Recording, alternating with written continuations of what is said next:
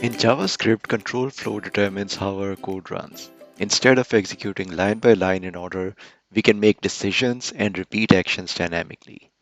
For example, we can tell a program to greet a user only if they are logged in or loop through a list of items automatically. Let's begin our coverage of the topic with conditional statements. So, statements allow us to make decisions in our code. The if statement runs code only if a condition is true. For example, we can check if someone is old enough to vote. So here's an example doing exactly that.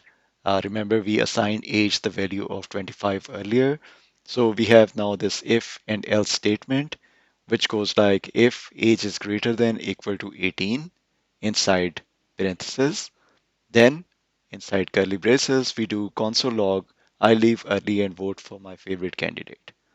Then else, if that predicate is not true, we go like again in curly braces, console log, I'll play video games and watch movies.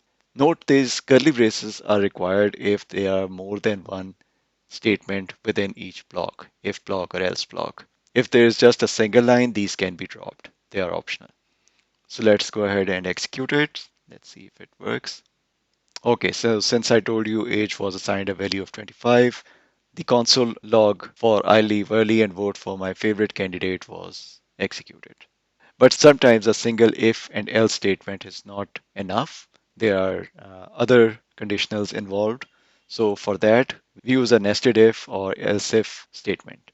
So here's a nested if example for assigning grades to a student based on his exam score. And it goes like if exam score is greater than 90, then assign A grade.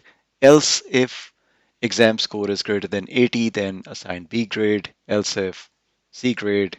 And finally, a fallback or default else clause, which would get executed if none of these if statements or else if statements worked, and it's gonna console log fail. Right? So let's try this out. And yes, since our exam score was 75, the if statement and the first else if statement did not pass the criteria, and hence we got a C grade.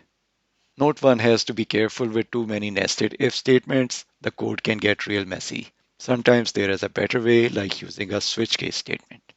And here it is, a switch case example. So when you need to check multiple conditions against a single value, writing multiple if-else statements is not the option. That's where you need to use switch case statement.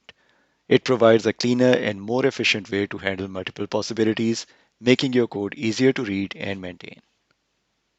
So in this one, we are creating a variable role and assigning it a value of admin.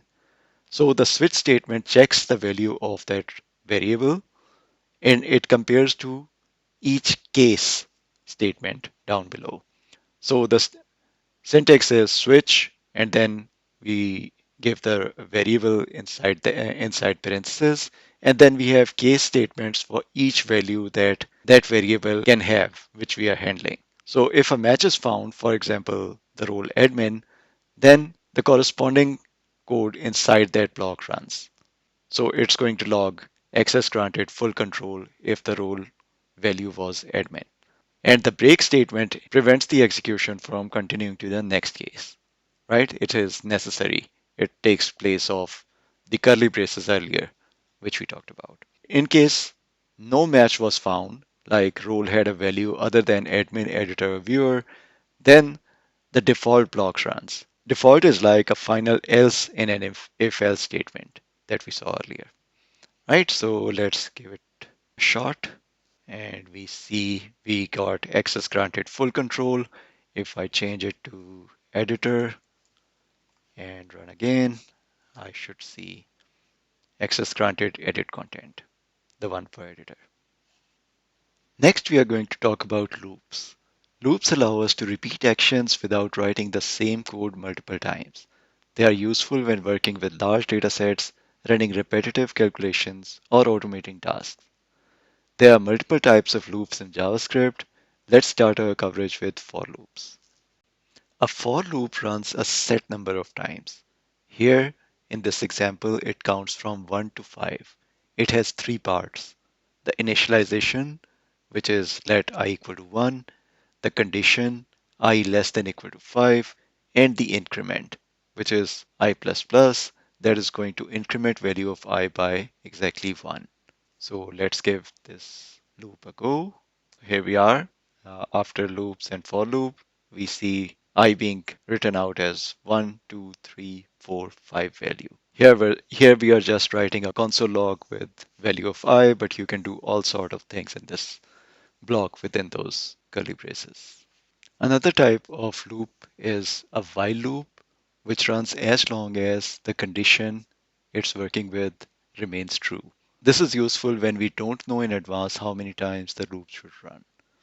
So here we have a crude example that j equal to 1, and while j is less than equal to 5, we are going to log to console its value, and then we are going to increment the value of j ourselves. So this is a very crude example, but the j need not be an integer, or there can be any kind of predicate that you can use for the while loop. As long as that remains true, the while loop would keep running. We also have its closely related cousin, which is the do while loop. A do while loop always runs at least once before checking the condition. It goes like this. We assign a variable some value, and then we do, and in curly braces, we execute the block for this do while loop, console logging the number and incrementing it. And at the end, after these curly braces, we have while and with the conditional statement inside. As long as this statement returns true, the do while loop will continue to execute. Let's see that in action. So if I execute this, you can see while loop went from 1 to 5, but do while loop terminated at 2 because the condition do while number less than 3 got fulfilled. Okay, finally, I'm going to introduce you to loops present on arrays. Modern JavaScript has forEach and map pre-built functions for looping through arrays in a cleaner way. We'll explore these methods in more depth later on, but I'll give you a quick tour. So arrays have forEach pre-built function present on them, which we invoke by calling .forEach after the variable containing the array. And the interesting part is, in the parentheses, num variable, which is defined without let or const, would be called with value of each entry in the array, and then we have the arrow followed by the handling code. Note this is the one-liner syntax in which we execute only one statement, which is the console log here. But down below, we have the multi-line syntax where we introduce curly braces after the arrow, and then we can write as many statements as we want. Note the for each gives you not only the num variable, but also the index variable. So note you can use any name instead of num, and that won't matter.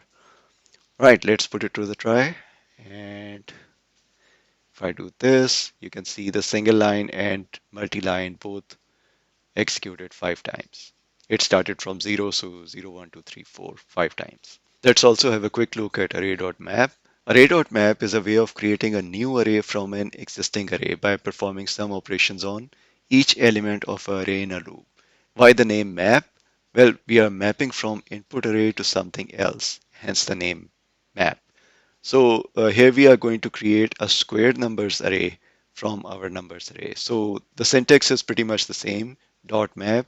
Num would be called for each element in the array, and the operation we are doing is multiplying num by itself, creating a squared array. So let's see that. And see, the squared number array was created with just one line of code. Discussion on loops won't be complete without a break and continue. So break causes the loop to stop early. This is useful when we find what we are looking for and no longer need to continue looping. So in this example, we are terminating the loop at I equal to 5. So if I go ahead and execute it, you see it stopped at 4 because when I became 5, we did the break statement which terminated the loop before console.log I could happen. The continue statement skips an iteration without stopping the loop. This is useful when filtering out specific values. For example, we did not want to process 3, right? We are only interested in 1, 2, 4, and 5. So this is what it's going to do. If I equal to 3, it's going to continue, which is going to just start the next iteration and skip any lines that follow until the end of the loop. So let's see what it does. I should have introduced a console log to break, but here it's doing 1, 2, 4, and 5. And this brings us to end of the loop chapter. Now that you know how to control program flow, let's dive into functions in the next chapter.